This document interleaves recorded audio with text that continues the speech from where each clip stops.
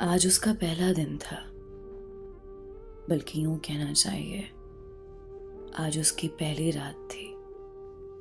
دھڑکنیں چل نہیں دوڑ رہی تھیں، یخ بستہ رات میں بھی جبیں پسینہ آلود تھی۔ دل تھا کہ دعائیں مانگے جا رہا تھا۔ لگژری کار میں بیٹھنے کے سپنے اس کے بچپن سے لے کر جوانی کی دہلیز تک جڑے تھے، اور آج پہلی بار وہ اتنی قیمتی گاڑی میں بیٹھی تھی جس نے اسے ایک چوک سے پک کیا تھا۔ خواب کی تعبیر بہت اذیت ناک تھی۔ یہ خواہش کی تکمیل نہیں، گویا سزا تھی، اور زندگی کی ایسی کتنی سزائیں وہ جھیل چکی تھی جس نے اسے آج روح تک کو اذیت دینے پر مجبور کر دیا تھا۔ بھیانک حقیقت منہ کھولے سامنے کھڑی تھی، لیکن پھر بھی اس کے دل میں امیدوں کے چراغ جل بجھ رہے تھے۔ ایک مہم سی آس تھی۔ زندگی میں پہلی بار اس نے انسانوں کے جذبہ ایمان اور انسانیت پسندی کو آزمانے کا فیصلہ کیا تھا۔ وہ مسلسل اپنی داستان کے المناک پہلوؤں کو ترتیب دینے میں لگی تھی۔ بس یہ فیصلہ مشکل ہو رہا تھا کہ کون سی مشکل زیادہ اذیت ناک ہے، جسے وہ اپنی فہرست میں پہلے نمبر پر رکھتے۔ کیا گھر میں بیماری سے تپتا اور دوائیوں کے لیے ترستا بیوہ ماں کا وجود بڑی اذیت تھا، یا چھوٹے بہن بھائیوں کا ایک دن سے فاقہ کشی میں تڑپنا زیادہ تکلیف دہ تھا؟ مالک مکان کا کرائے کے لیے حتمی نوٹس زیادہ بڑا آزار تھا، یا یونیورسٹی فیس کی عدم ادائیگی پر ڈراپ ہونے کا خدشہ جان لیوا تھا؟ سیکنڈ شفٹ کی نوکری کا چھوٹ جانا بڑی مصیبت ثابت ہوا تھا، یا نئی نوکری کا نہ ملنا مشکلات کا پیش خیمہ تھا؟ مشکلات اور تنگچائی کی طویل فہرست تھی، اذیتوں کا ایک نہ ختم ہونے والا سلسلہ تھا۔ فاصلہ کم ہوتا جا رہا تھا، دھڑکنیں مزید تیز ہو رہی تھیں۔ گھر سے نکلنے سے پہلے مغرب کی نماز میں وہ سیل رواں کی طرح بہتے آنسوؤں میں خدا کے حضور گر گڑا کر توکل کے ساتھ دعائیں مانگ چکی تھی۔ اب اسے یاد آ رہا تھا جب وہ اشک بار آنکھوں کے ساتھ گرد و نواح سے بے خبر دعا میں مشغول تھی۔ ساتھ والے ہی کمرے سے بیمار ماں کی مسلسل کھانسنے کی آواز آ رہی تھی، اور جب اس نے دعا کے اختتام کے بعد سامنے دیکھا تھا تو اس کے لیے مشکل ترین فیصلہ آسان ہو گیا تھا۔ آپی، آپ نے تو کہا تھا رات کو کھانا مل جائے گا۔ پھر یہ اس کی چھوٹی بہن صفا تھی جو ڈوبتی آواز میں آخری بار کھانے کا بول رہی تھی۔ اس سے آگے وہ کمزوری کے باعث نہ بول سکی تھی۔ اس نے صفا کو پیار سے پکڑ کر چارپائی پر لٹایا تھا۔ بس میں کھانا لینے ہی جا رہی ہوں، آپ میرا انتظار کرنا، سونا مت۔ اس نے اس کے ماتھے پر بوسہ لیتے ہوئے کہا تھا۔ آپی، میں بھی نہیں سوؤں گا۔ یہ 7 سالہ عبداللہ تھا جس نے اس موقع پر اپنی موجودگی کا احساس دلانا ضروری سمجھا تھا۔ ایمان نے مڑ کر ایک معصوم چہرے پر نظر ڈالی جہاں طلب و آس کا ایک جہاں معزن تھا۔ بیٹا، یہاں آؤ، ایمان نے اسے بلایا تھا، اور جیسے ہی عبداللہ اس کے قریب آیا اس نے اسے سینے سے لگا کر بھینچ لیا تھا۔ معلوم نہیں یہ پیار کا جذبہ تھا یا ترس کا احساس جو اس کے چہرے پر نظر ڈالنے کے بعد اسے اندر سے توڑ دینے کے لیے کافی ہوا تھا۔ عبداللہ اور صفا کو لٹانے کے بعد باہر آ کر اس نے اپنی کلاس فیلو شیزا کو کال کی تھی جو بلو یونیورسٹی میں با اختیار ڈیلر تھی۔ میں تیار ہوں، گاڑی بھیج دو، اس نے کال پر کہا تھا۔ گڈ سویٹی، تم ایسے ہی پریشان ہو رہی تھی، 2-3 گھنٹے کی بات ہے، بس انتظار کرنا، 10 منٹ بعد گاڑی تمہارے گھر آ جائے گی، اور ان باتوں کا خیال رکھنا جو تمہیں بتائی تھیں، شیزا نے چہک کر کہا تھا۔ 10 منٹ بعد جو سفر شروع ہوا تھا اس کا اختتام ایک خوبصورت کوٹھی کے سامنے ہوا تھا۔ ڈرائیور نے گاڑی گیراج میں پارک کرنے کے بعد اس کی ایک خوبصورت سے بیڈ روم تک رہنمائی کی تھی۔ آپ یہاں بیٹھیں، صاحب آتے ہیں۔ وہ اس کو بٹھا کر چلا گیا۔ کمرہ ٹھنڈا تھا لیکن اس کو پسینے آ رہے تھے۔ وہ حافظہ تھی، 5 وقتہ نمازی تھی۔ زندگی کے 21 سال گزارنے کے بعد بھی آج تک خدا کی قائم کردہ حدود سے نہ نکلی تھی، لیکن آج اس کا خود پر سے 21 سال کا زوم ٹوٹنے والا تھا۔ وہ وہاں بیٹھ کر خود کو زمانے کی بدترین عورت محسوس کر رہی تھی۔ کیا اس کی زندگی بھر کی کمائی خاک میں ملنے والی تھی؟ کیا اس کے بعد بھی وہ خدا کا سامنا کرنے کے قابل رہے گی؟ عبادتوں کے ضیاء سے خدا کی جدائی کا غم شدید تھا۔ وہ بچھڑنا نہیں چاہتی تھی لیکن بچھڑ رہی تھی۔ زندگی کا واحد سکون خدا کو حال غم سنانا تھا، اس سے باتیں کرنا تھا، اس کے حضور سجدہ ریز ہونا تھا، جسے وہ کبھی کھونا نہیں چاہتی تھی۔ لیکن چاہت سے کچھ نہیں ہوتا، حالات سے ہوتا ہے، اور حالات نے بتا دیا تھا۔ اس کے زندہ درگور ہونے میں چند ہی لمحے باقی تھے۔ انتظار طویل ہو رہا تھا، آدھا گھنٹہ بیت چکا تھا۔ اس کے سامنے صفا اور عبداللہ کے معصوم چہرے منڈلا رہے تھے۔ وہ بے چینی سے اپنی انگلیوں کے ساتھ کھیل رہی تھی۔ نظروں کا رخ دروازے کی جانب تھا۔ یہ دروازہ کھلنے کے بعد اس کا اللہ سے تعلق والا دروازہ بند ہونے والا تھا۔ وہ گھر سے لے کر اس کمرے میں آنے تک معجزے کی دعا کر رہی تھی۔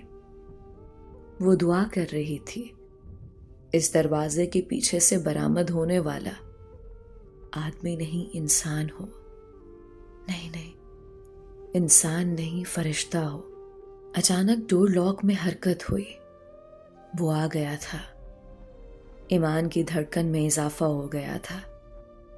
دروازہ کھل گیا تھا، لیکن سامنے کا منظر دیکھنے کے بعد اسے یقین ہو گیا تھا اس کی دعائیں قبول نہیں کی گئی تھیں۔ صرف دل نہیں ڈوب رہا تھا، ایمان بھی ڈوب رہی تھی، ایمان بھی ڈوب رہا تھا۔ خبر درست ہے نا؟ امجد نے دریافت کیا۔ ارے یار، تم سے جھوٹ کیوں بولوں گی؟ مگر تمہارے پاس وقت کم ہے، جو کرنا جلدی کرنا۔ فون کے ریسیور سے نسوانی آواز ابھری۔ اچھا ٹھیک ہے، تم سے بعد میں بات کرتا ہوں، میں ذرا آج اس سے حساب چکتا کر رہا ہوں۔ امجد کی آواز میں جوش کے ساتھ انتقام کی آگ جھلک رہی تھی۔ یہ کہہ کر اس نے کال کاٹ دی اور جلدی سے دوسرا نمبر ڈائل کرنے لگا۔ ہیلو یار، نعمان اور اسلم کو لے کر آؤ، شیزا کی کال آئی تھی، کیمرے اور لائٹنگ لے کر چلنا، میں بھی گاڑی نکال کر پہنچ رہا ہوں جلدی۔ امجد نے یہ کہہ کر دوسری طرف سے بات سنی اور کال کاٹ کر اچھل کر کھڑا ہو گیا۔ اس کے چہرے سے وحشت ٹپک رہی تھی۔ دروازے سے برآمد ہونے والے شخص کو وہ جانتی تھی، وہ سر جمشید تھے۔ پچھلے سیمیسٹر میں انگریزی کا مضمون پڑھایا تھا۔ وہ واحد سیمیسٹر تھا جس میں اس نے کئی بار یونیورسٹی اور تعلیم کو خیر بات کہنے کا سوچا تھا۔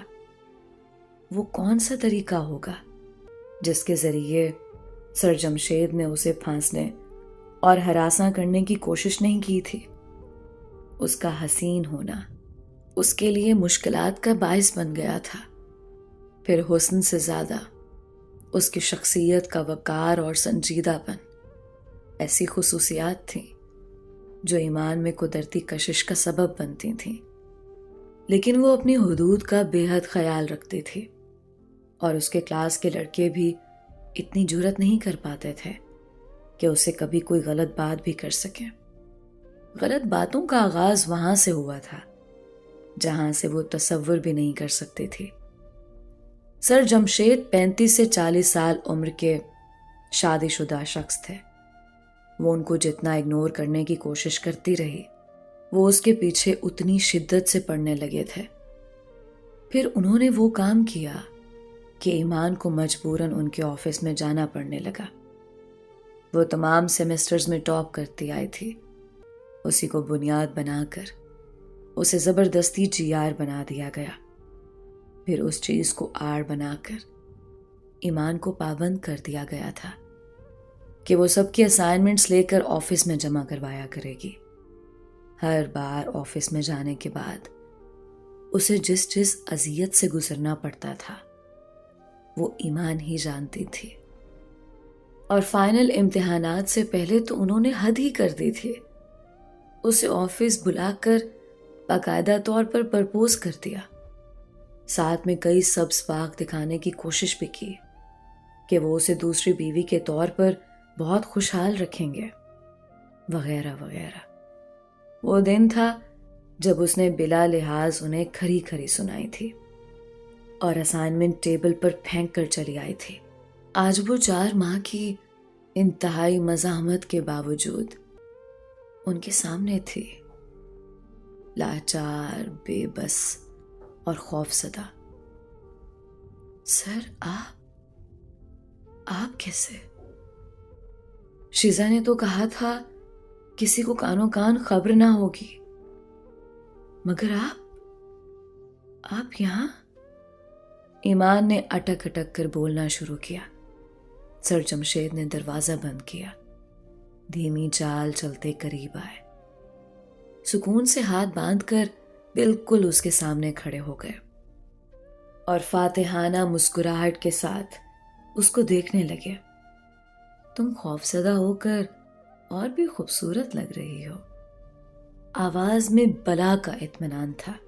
سر میری ماں بیماری سے مر رہی ہے، میرے چھوٹے بھائی اور بہن نے کل رات سے کچھ نہیں کھایا، پلیز میری مدد کریں، پلیز سر۔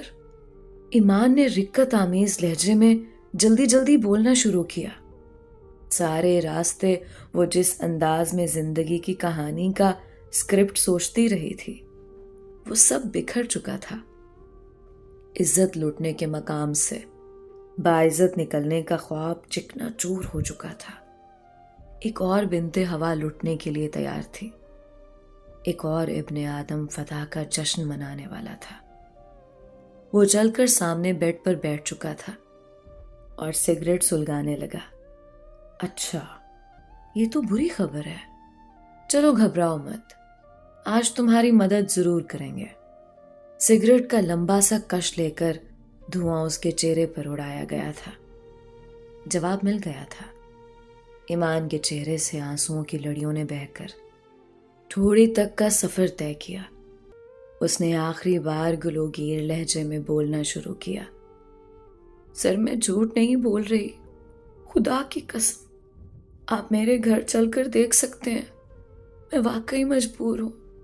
آپ جانتے ہیں میں ایسی لڑکی نہیں ہوں، میری نوکری چھوٹ گئی۔ اور بات مکمل ہونے سے پہلے ہی ایک زناٹے دار تھپڑ اس کے منہ پر پڑا تھا۔ میں یہاں تیرے گھر کے حالات سننے نہیں آیا۔ تو نے کیا سمجھ لیا تھا کہ جمشید کو انکار کرنا آسان ہے؟ کیا میرے لیے کچھ ناممکن ہے؟ میں تجھے عزت کی روٹی دے رہا تھا اور دیکھ تو نے کیا ذلت کی روٹی کا انتخاب کیا ہے۔ بڑا ناز تھا اپنی پارسائی کا، اب یہ رونا دھونا بند کر ورنہ خالی ہاتھ جائے گی۔ وہ سر جمشید نہیں تھے، اس نے آج رات کسی فرشتہ کی دعا مانگی تھی۔ اسے فرشتہ کیا انسان بھی نہیں ملا تھا، سامنے بیٹھا آدمی نہیں درندہ تھا۔ سر اللہ کی پکڑ سے ڈرے، آپ تو مسلمان ہیں نا؟ پھر بھی اس کے رونے میں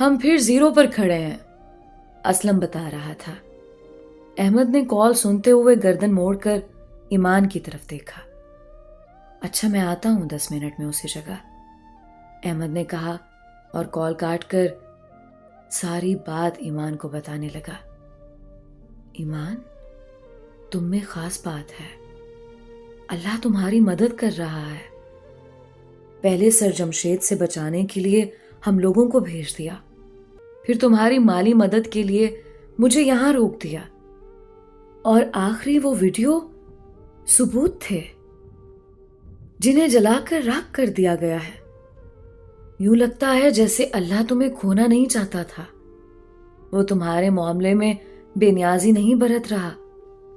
تم جیسا ہونا بڑے مرتبے کی بات ہے، احمد بول رہا تھا، جبکہ ایمان کانپ رہی تھی اللہ کی عطاؤں پر، اس کی مدد پر، اس کے کن فیکن پر۔